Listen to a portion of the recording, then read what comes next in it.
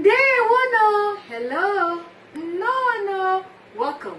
I'm Ifi Okiche, the owner of Preserve Our Heritage, where our goal is to help you to speak and to understand the Igbo language. Today I have some of my students here with me, and we're going to continue with the alphabet in Igbo language. The alphabet for today are U, O, V, We, Ye, and Z. What that starts with U is? No, banana. Good job. Unere. Banana.